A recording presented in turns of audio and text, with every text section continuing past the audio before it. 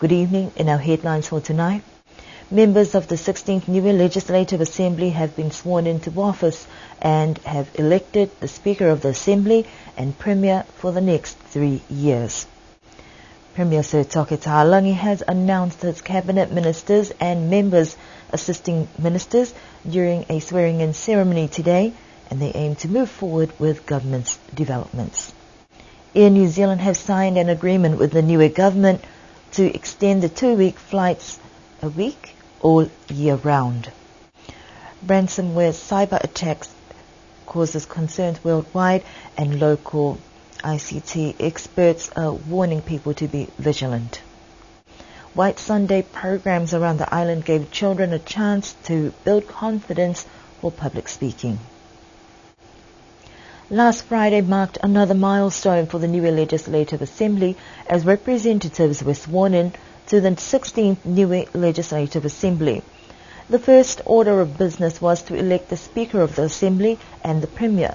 2 nominations were put forward for the Speaker. They were Tongia Valupingia and Tongia Sioniholo, and there were also 2 candidates vying for the Premiership. Members of the Assembly voted by secret ballot, with 14 votes for Tongia Valupingia and 6 votes for Tongia Sioniholo. Tongia Valupingia retained his role as the Speaker of the Assembly. For the nominations for the Premiership, Honourable Olaf Jacobson was nominated by Vainga Tukuitonga and supported by Crossley Tatui. Meanwhile, Sir Toke Tahalangi was nominated by Dionda Fitu and supported by Dalton Tangilangi. Voting was also done by secret ballot, and the outcome had 15 votes for Sir Toke Tahalangi and 5 votes for Olaf Jacobson. Premier Sir Toke Tahalangi was delighted that he will get another term in office to continue with government's developments. I was pleased with the result this morning. I was pleased with my members of caucus for supporting me. I was pleased to acknowledge also the people of Niue for their votes.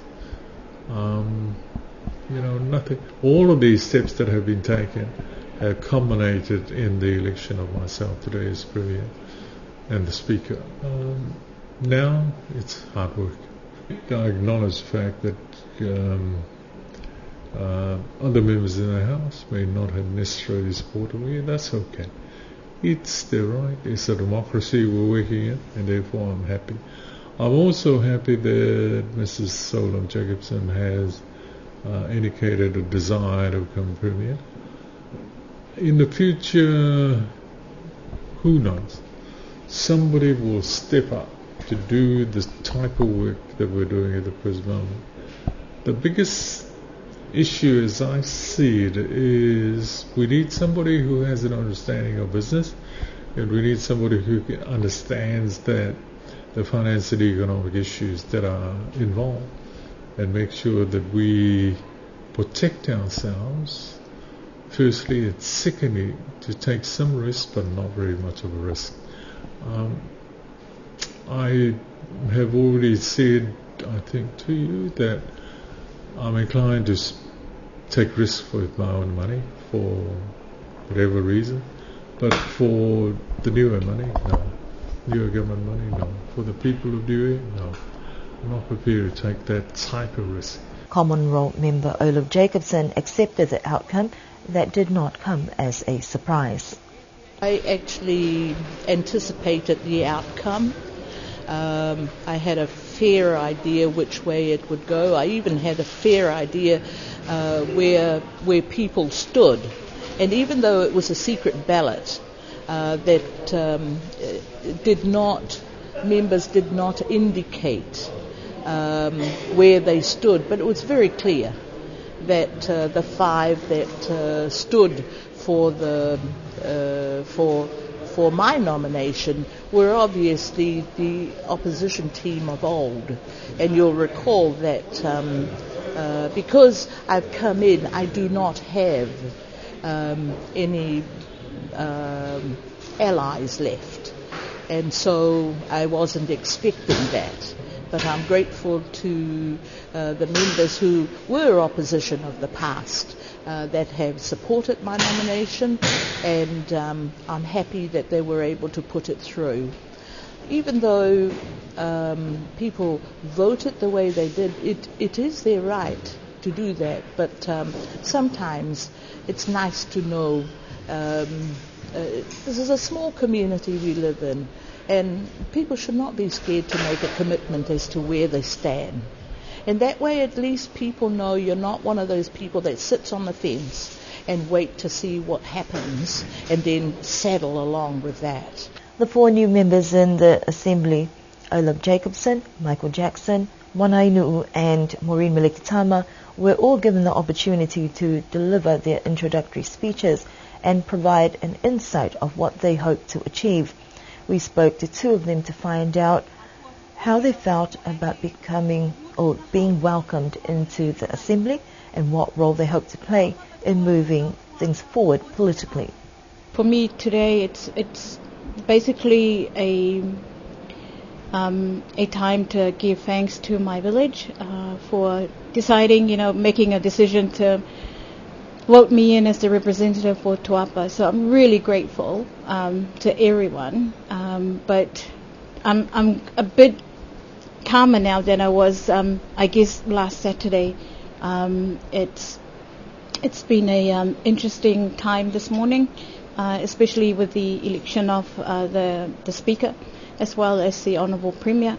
And certainly I will be looking forward to seeing what's going to happen for the next 3 years. Getting involved, some of the legislations that could perhaps assist, the communities. I would like to get involved with that. I know a lot of the laws and the legislations are already in place, but just to enhance some of the things that could benefit a lot of the communities in Tuapa and Niue as a whole. And of course, supporting all the women issues and supporting, like the young generation. I know they have a lot of views that we tend to not say listen to, but they tend to not to be prioritized. But women's affairs is one of my top priorities as well. The biggest role that I could play is to keep the government honest in terms of how they respond to things. And like I said, I've always looked at Niue as a community that is it's a literate community. They understand. They know how to read and write. They know how to comprehend things. And because it's a small community, everybody knows everybody and what their agendas are. Unfortunately, sometimes, like indicated today, you see people voted one way, the members voted another. Yes? So that's why for me, I'm very happy that I've been mandated by the people, along with my other colleagues who are common role, that we could keep this government honest, that we could ask the questions that requires asking. Sometimes the hard questions to ask, but they're the good questions because you keep them in check. The 16th Niue Legislative Assembly will hold their first sitting this week on Wednesday. Premier Sir Toke Taulagi announced his cabinet ministers and members assisting ministers this morning during a short ceremony at the Whalefono. Caucus met this morning in the Premier's chambers as he revealed those who would be given positions in cabinet. He also thanked those in caucus who had served in cabinet previously for their support and work. There have been 2 changes to the cabinet. However, Premier Taulagi has decided to keep his ministers, Pokotoa Sipili, Billy Taulagi and Dalton Tangilangi, with a few changes to the MAMs, who are now Moana, Peter Andrew Funaki and Dalesi Tamadalesi. All members were sworn in by the Speaker of the Assembly, pledging an oath to be truthful and honest in exercising their powers whilst in these positions of authority, and to work to the best of their ability for the betterment of this country. Honourable Dalton Tangilangi is now the Minister for Natural Resources, and assisting him will be Moana Ainuu. Honourable Pokotoa Sipili will be the Minister for Infrastructure, and assisting him is Peter Andrew Funaki. And Honourable Billy Taulagi will now be the Minister for Social Development or Social Services, with Dalesi Tamadalesi assisting. Sir Toki Talangi explained the rationale behind the selection was based on forward planning, looking at the potential of some of the new and upcoming politicians who will be able to take Niue forward, not just for the next 3 years. Government also has plans to change legislation to allow for a fourth person to join as a member assisting a minister. Now that the full cabinet has been confirmed, it is back to business as usual, and the first cabinet meeting was held this morning, not long after the swearing-in ceremony. Confirmation has been received that an agreement has been signed between the Niue government and Air New Zealand to operate 2 flights a week all year round until December next year. The airline previously operated 1 service between early November and late March, and then twice weekly from April until October. Niue Tourism has indicated that growing visitor numbers and an increase of demand of seats has prompted the airline to extend its services. Premier Toki Talangi says that talks and negotiations with Air New Zealand have taken some time to convince the airline that flights will be utilised. I'm happy that Air New Zealand's finally agreed, because at the beginning when we discussed it, we thought that they would agree with us, but they didn't, and it took a lot of persuasion and discussions on our part and directions from me to the people who were negotiating on our behalf. And I also sought the advice and support of the Minister of Foreign Affairs, Marona Cully, and I hope that we have signed an agreement which is good for all of us here in Niue and for the tourists coming here and so on. I mean, that's in essence the key to the economy of this place, as you all know. I think there was another thing that I had thought about in relation to that. New Zealand was concerned about the risk and the cost of that risk. But in fact, as I pointed out to them, that risk is carried by us, not by them. They charge us, we pay them. Their projections were that we would make losses of up to $500,000, and I said, well, I've got to put aside some money to cover that, but my belief is that we'll make probably a loss probably of about $200,000 to $300,000, which is acceptable. I always look at these things in terms of the opportunities that are available, and if it means that I spend $200,000, $300,000 to get more planes and to get more people here, then I think it's worth the investment. Government provides subsidies on flights and is willing to make a calculated risk if flights do not reach maximum capacity.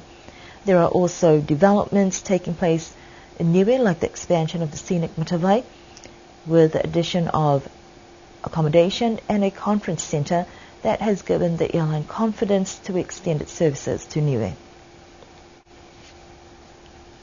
Information and communication technology experts have warned people using the government network to be wary of opening emails they do not recognize that may infect computers with ransomware.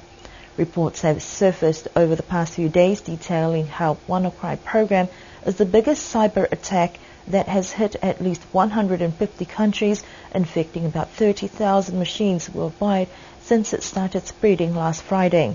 This virus has caused worldwide concern for cyber safety and security of information, and Niue's government agency responsible for ICT operations have warned people to be vigilant. Ransomware is where they will, in this case, try and steal your data, so pictures, documents, and demand a ransom for it. In this particular case, they're asking for Bitcoin payments so that it's secure and there's no trace back to them. So ransomware is, there's a concentrated global attack at the moment, which is why we issued the notification. You'll see it a lot in the media as well at the moment. So we're just making sure that people remain vigilant with their computers and their systems, and at work as well as at home. It appears that they may demand Bitcoin currency, that is an electronic payment form that is secure and cannot be traced. Considering the amount of valuable information exchanged between government entities We asked the division responsible for maintaining the government's network whether it is secure or what vulnerabilities they may be presented with. Government network itself is quite secure. We have, the Windows updates are always implemented on servers. We have firewalls in place. We have a mail scanner. We also have a web marshal. So that's our way of having a first line of defence. But it will always come back to the end user as well. So ransomware, this particular strain of virus can still occur via an email. So you can receive an email that may look dodgy, or from a bank, or what's another good one? A bill payment that's overdue. That's another one. Like TradeMe is one that I've seen before, and it'll say your account is overdue. Click here, or open this attachment to view more information. If you haven't received it in the past, then it's something I would recommend that you don't open in this particular case, and just delete it. It's the safest thing that you can do. It uses the file sharing protocol. It's called SMB. It's TCP port 445. So the vulnerability with this particular protocol is that it's quite open. So if you're at home and you get infected, everyone in your home network will get infected as well. So it's the same if you're in the government. If you get infected, you can potentially infect others that aren't protected. So you've got to be very careful, which is why we put the bulletin out, just to make sure that everyone's aware. From the government's perspective, they have done enough to secure their network, but users still need to be careful and mindful of what attachments they open via their emails. If you believe your machine's infected with a virus, well, in this case with the, it's called WannaCry, it actually pops up a message. It'll be a red screen that pops up on your screen and says your machine has been infected, your data has been encrypted. If you want to unencrypt it, send us or go to this URL. So if you get that, it's pretty obvious from what I've seen on the internet. You won't be able to access your data as well, so you'll be clicking on it. And I think for most people, their pictures of their life will be encrypted, so you won't be able to access those anymore. The best thing you can do is stop using your computer. We're saying for government workers to ring 015. I mean, if you have a computer technician that you know of, ring them as well. But we're happy to help out at Telecom as well for those personal users that do get stuck. Also make sure that your Windows updates are being updated. That's like another check that they can. The concern for cyber safety is that infected computers would spread the ransomware to other computers on the network, and people need to be aware of the current risks.